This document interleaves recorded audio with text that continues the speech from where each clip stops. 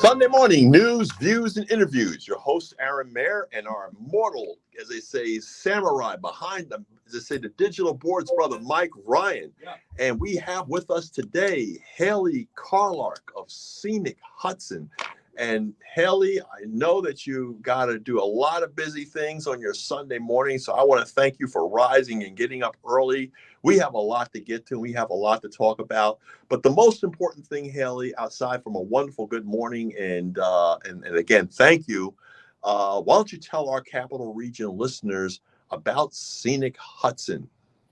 Sure. Well, first, thank you so much, Aaron, for inviting me to be on this morning. I am thrilled to be here and talk about Scenic Hudson and some of the great things we're going to be working on coming up here. So Scenic Hudson is a 60-plus-year-old environmental organization founded to oppose a pumped storage hydro facility on iconic Storm King Mountain in Orange County back in the 1960s. So we cut our teeth opposing an energy project that would have destroyed an iconic mountain in the Hudson Valley. And today we work in the entire valley, mostly from the federal dam at Troy all the way down to New York City, though we do some work in the upper part of the Hudson, most notably probably our work on remediating the PCBs in the upper part of the river.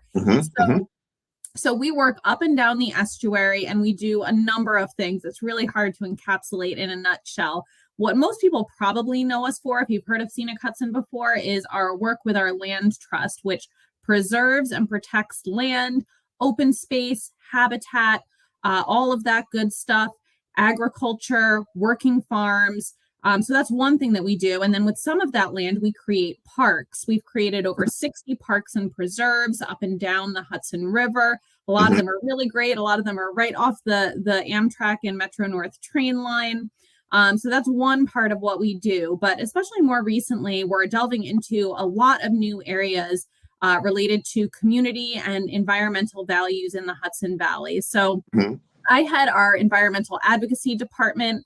We focus on fighting threats that threaten the Hudson River, the Hudson Valley, community values, defeating bad projects and policies, and supporting the good ones. Right. So we don't like to always be against everything, right? We also like to find things that we can support. And sometimes it's a matter of if there's a project or policy that, might just need to be modified or tweaked to really address, the true environmental issues or the wishes of the community at which a policy or project is being proposed. We do a lot of work in our river cities. We have a program called River Cities. So over the past 5 or 6 years, we've really focused on lifting up voices in our Hudson River cities that have been disenfranchised, particularly from environmental issues. So we've got a great team that works to do projects to help green and provide public access to the outdoors in our river cities. We work really closely in all of the river cities in which we work. We work with kind of grassroots groups that are really based in the city. We let them take the lead. And we try to use our resources, our expertise, and the staff that we have at our organization to help improve these communities in a way that also doesn't gentrify them and doesn't, further disenfranchise the folks who live there and have been living there for a long time, which especially in this post-COVID world in the Hudson Valley is a tough thing because we're seeing an influx of folks from the city coming up with good intentions mostly. But they're pricing out, they're pushing out some of the folks who have lived here for a long time, and this is really their home. So that's part of what we do as well. And last but not least, we do a lot of work on climate change, and that's also a lot of what I do at Scenic Hudson. So we both work to help mitigate climate change, whether that's supporting renewable energy, ensuring that renewable energy facilities that are built are done in a way that is sensitive to the environment and sensitive to the community. And we also work on climate change adaptation or resilience, if you want to call it that. Regardless of what we do in terms of reducing our greenhouse gas emissions, we know that we're not going to avoid all the impacts of climate change. So what can we do to help communities plan and prepare for sea level rise and the other impacts of climate change? Well, this is a whole lot. And I've work collaboratively. So as I say, I kind of like know the answers to the question in the exam. But this is really important information for our capital region listeners, because again, our signal goes all the way up the Adirondacks into to central New York, western Massachusetts, New Hampshire, Vermont, and down by your way. And so it's folks know of or heard of Scenic Hudson, but it's really important to do that introduction and to list out the important work that you have been and are doing. Like I said, I've known Ned, going on Ned Sullivan, was your executive director, for over 30 years, and we fought side by side, shoulder to shoulder, in the battle against General Electric and PCBs on the Hudson. We worked on the Indian Point nuclear power plant, along with our friends and brothers and sisters at Hudson River Sloop Clearwater. Shout out to Sister Manager Green. There has been a tight circle of environmental leaders and activists who literally care about frontline communities. And some, by the way, the most historically challenged and historically polluted communities along our Hudson River waterway. Because why? The Hudson River back in the day was an open sewer, and everybody discharged and dumped everything into the Hudson. And it really wasn't until that first Earth Day, in which Scenic Hudson has a very significant piece and footnote in the first Earth Day in just environmental awareness. In fact, it was the conditions of the Hudson River that inspired Pete Seeger to build the Hudson River Sloop Clearwater. So a lot came out of that powerful moment. But yes, the potential scarring and damage of iconic Storm King Mountain, so that they can just basically, the power companies and utilities can make power, make a profit.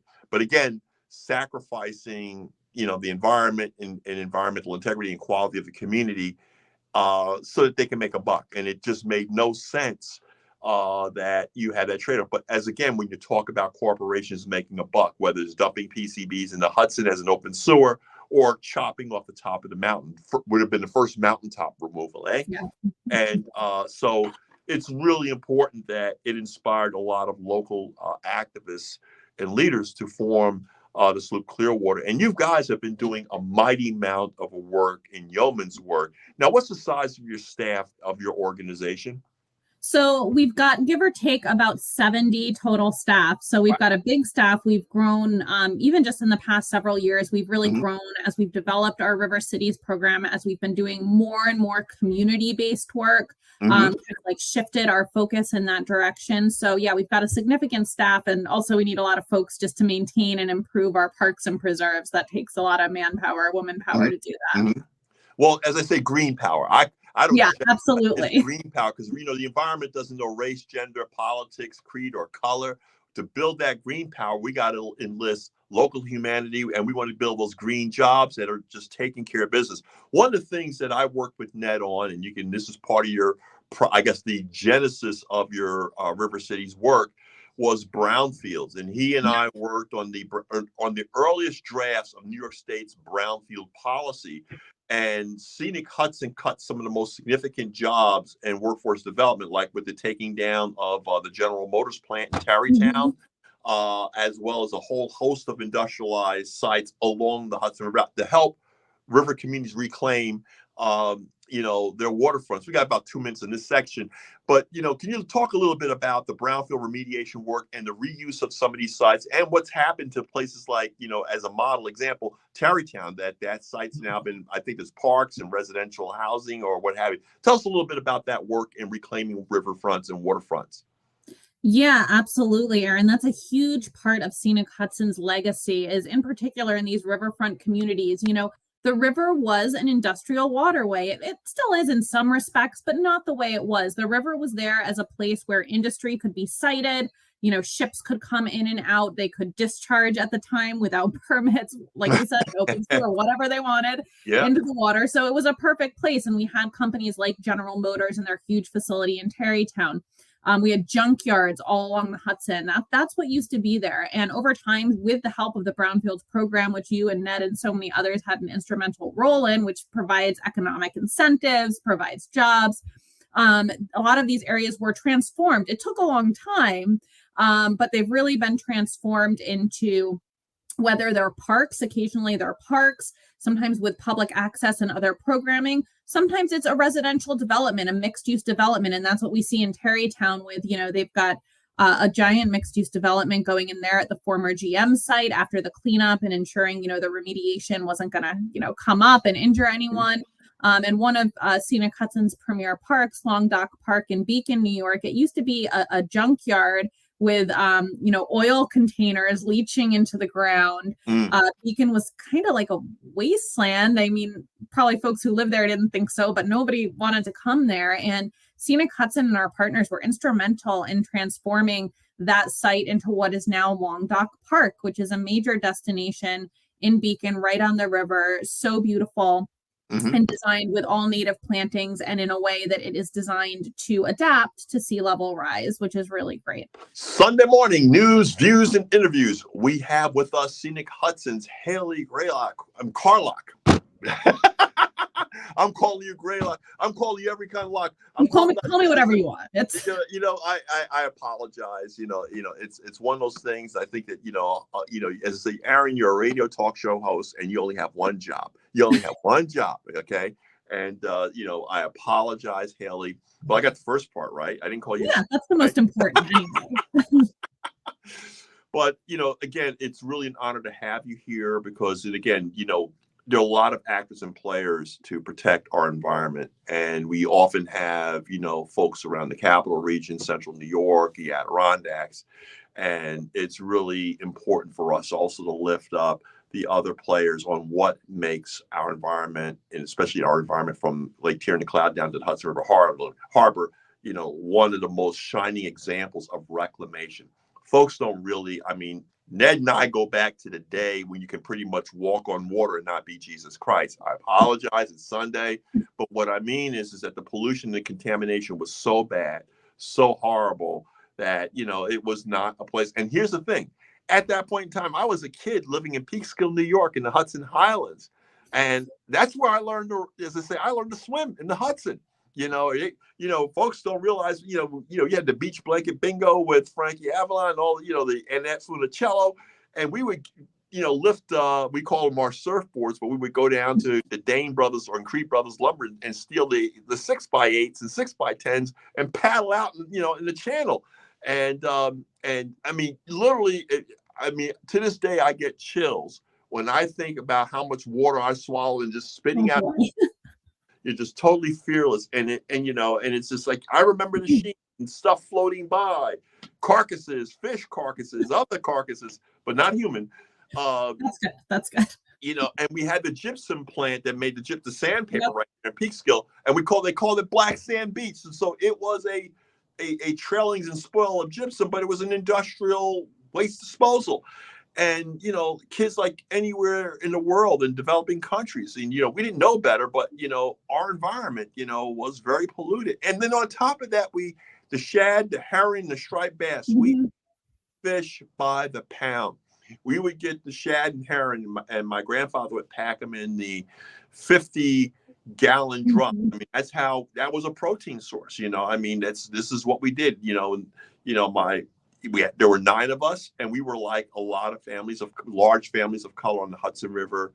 The Hudson River was part of our culture, custom, and heritage, in which this was the place that, we would gather.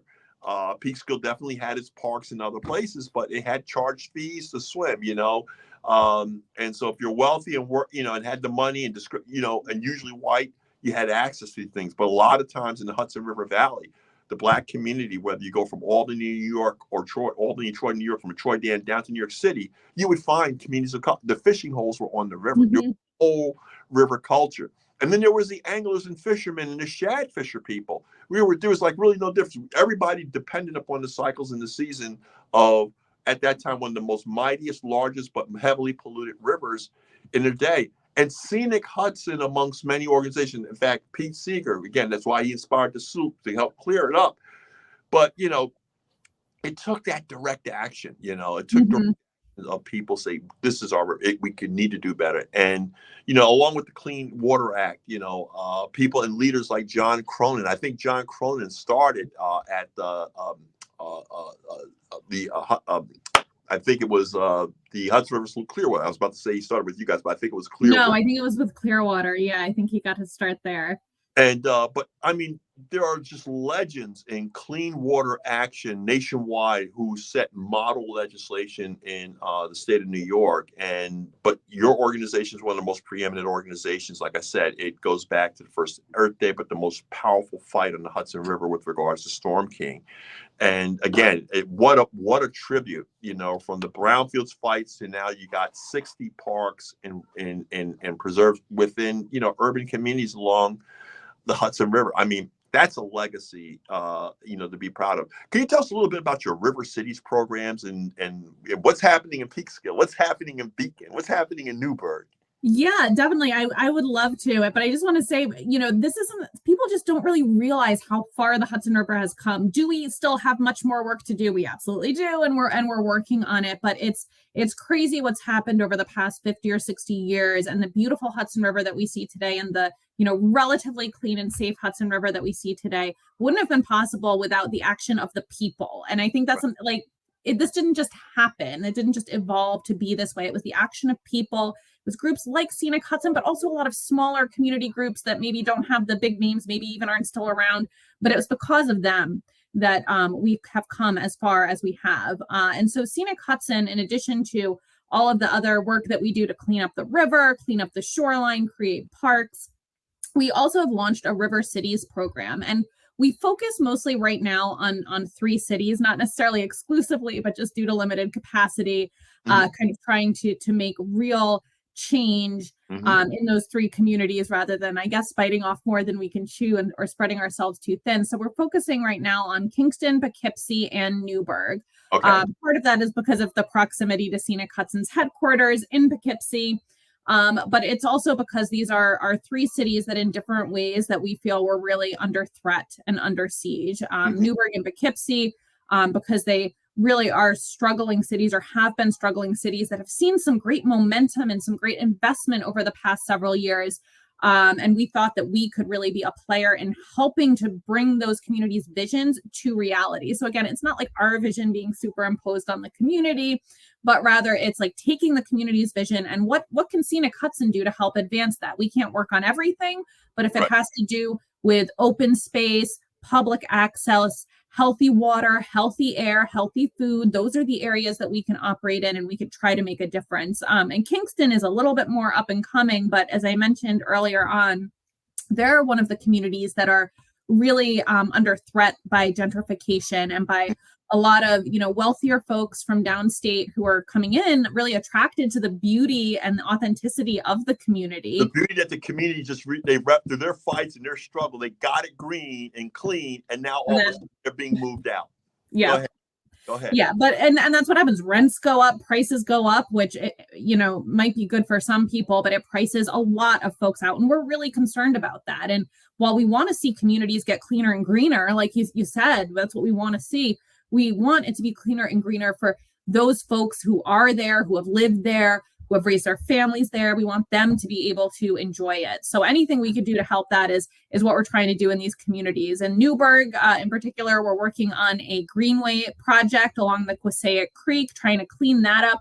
And again, create that public access. You talked about in Peekskill, swimming in the Hudson, playing in the sand. And while that probably wasn't the healthiest thing at the time, one of the things that always strikes me about the Hudson River and the Hudson Valley is that we all should be using it that way. We should be able to use it that way. We should be able to go sit on the shore and wade, and you should have no problem with your kids splashing around in the Hudson River. You should be able to feed your family from the bounty of fish in the Hudson River. Maybe you need your fishing permit, but other than that, you should be able to fish in the river and take that home. The river is a public resource. And the fact that we have contaminated fish from PCBs that are not safe to eat, we know people still eat them, unfortunately, is a real travesty. And so we're trying to recreate some of that access that's really been lost over the years. And in Poughkeepsie, we're also investing in a new headquarters that is on a brownfield site that had been long abandoned, a building that was, historic and was beautiful in its day, but was kind of falling apart, had been abandoned, a lot of ground contamination. And we've worked to clean that up through the New York State Brownfields program and are going to be building a new facility that will house our office, which is great, but it will also house other community-minded tenants. So that's one of the things we're working on in Poughkeepsie, but also we've got a farm there, an urban farm we call Pershing Farm, that we've got folks from the community are leading the farm and doing the plantings. And it's really become this amazing popular spot where people can come. They live in apartments, maybe don't necessarily have the space to grow their own food there, but they can come to this community garden. It doesn't cost them anything. They can plant and harvest clean, fresh, healthy food for their families. So that's one of the projects we're doing in Poughkeepsie. Well, one of the things I want to get in, because we got about a minute and a half left in the show. I know time flies when we're having fun, but when we talk about you lifting up the grassroots volunteers and all the organizations, but people want to know what their donations go to. And your organization is a seminal example of an organization that has become what I call the roadies. You set up the stage for the concert, for the people to take action. And investing in your organization is one of the best donations. We don't have to wait till the end of the year appeal. So if people want to become involved or donate and send to your organization, what are the phone numbers and the website, and how can they give in the next 30 seconds? Absolutely. So www.scenichudson.org. Go to our website, /donate if you want to donate. But if you just go to the homepage, you can find it easily. And you can also find out more about all of our work, all of the stuff that we do, because I could only tell you about a little bit today. Exactly. So scenichudson.org. Go online, check it out. And you can always reach out to us, sign up for our newsletters, and we'll keep you informed about all of the latest happenings and opportunities in the Hudson Valley. And the phone number? Area code? Phone number, area code 845-473-4440. And that website again for the donations? ScenicHudson.org. ScenicHudson.org /donate. Totally awesome. Hayley, I want to thank you for taking time out of your busy schedule. Give me my shout out to my brother, Ned Sullivan, my sister, Althea Malarkey, and the entire credible team at Scenic Hudson for all the work that you do to make our heritage river, the Hudson, mighty, accessible, but also serving all New Yorkers. Thank you so much. Thank you, Aaron. Thank you.